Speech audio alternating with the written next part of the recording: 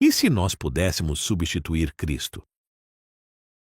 Pela fé, nós cremos que Cristo, o divino e eterno Deus, veio do céu, encarnou, viveu e morreu, ressuscitou e voltou ao céu para exclusivamente nos salvar.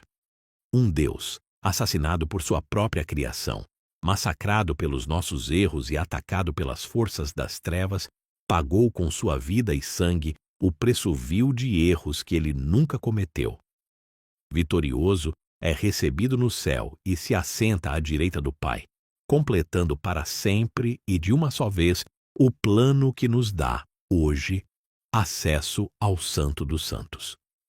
No entanto, tudo isso não foi, não é e nunca será suficiente para muitos que professam ser cristãos. Um grupo distinto, conhecido como os Adventistas do Sétimo Dia, ao olharem para a cruz, a consideram pequena demais. Ao contemplarem o sangue de Cristo na madeira daquele instrumento de tortura romana, escorrendo até o chão e vertido pela criação caída, não o reconhecem como absoluto e remissório. Não.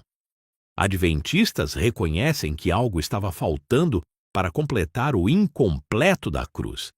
Adventistas do Sétimo Dia, insatisfeitos com a suposta insuficiência vicária, abriram mão da submissão irrestrita ao sacrifício do Cordeiro e enxertaram uma outra voz, um outro nome e uma outra fé. A fé em Ellen White. Os filisteus adoravam a Dagon, os amonitas a Moloque, os babilônios adoravam Marduque, os cananeus a Baal e os adventistas adoram Ellen White. Adoram seus escritos, suas visões, as manifestações sobrenaturais e o acesso ao celestial. Algo que ela clamou para si mesma como parte fundamental do que ela era, a mensageira.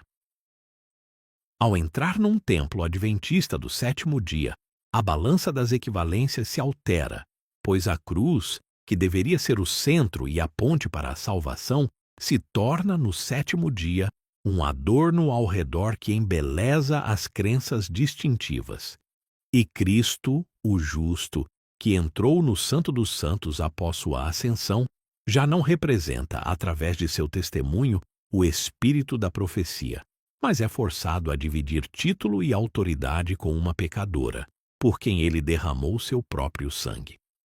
É paradoxal tal cena de impunidade religiosa, pois como poderíamos nós, dependentes da graça e do sangue de Cristo, nos posicionar como sendo a voz, a pena sagrada, o espírito da profecia, a revelação de Cristo na terra, invalidando a completude do santo sacrifício remissor de um Salvador sem culpa?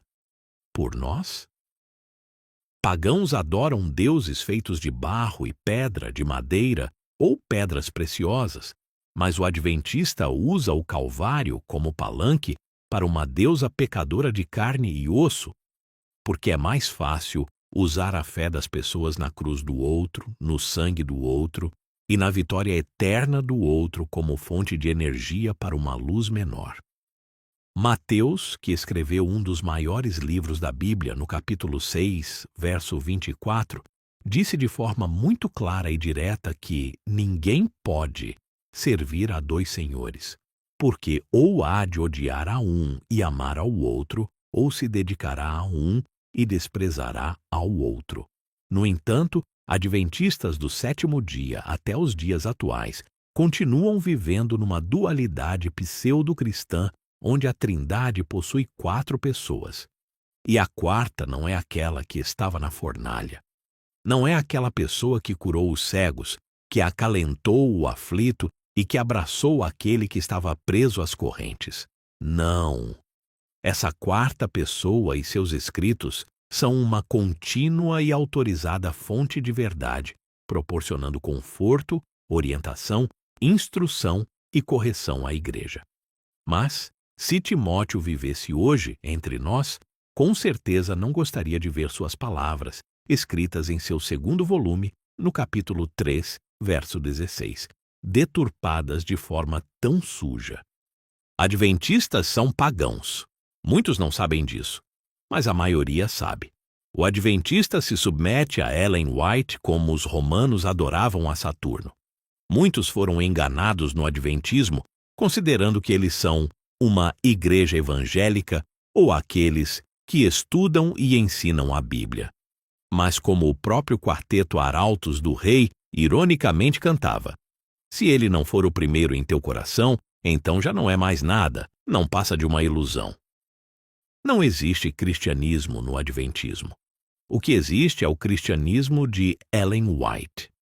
Não existe a cruz do Calvário e o sacrifício de Jesus no adventismo, porque estes impagáveis e ternos símbolos da graça absoluta de Cristo foram substituídos por um juízo, por um alien e por visões mesméricas intergalácticas.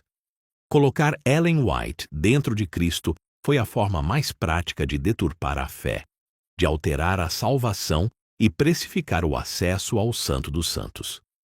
Nunca existirá cristianismo no adventismo enquanto Cristo não for o único, e não apenas o primeiro.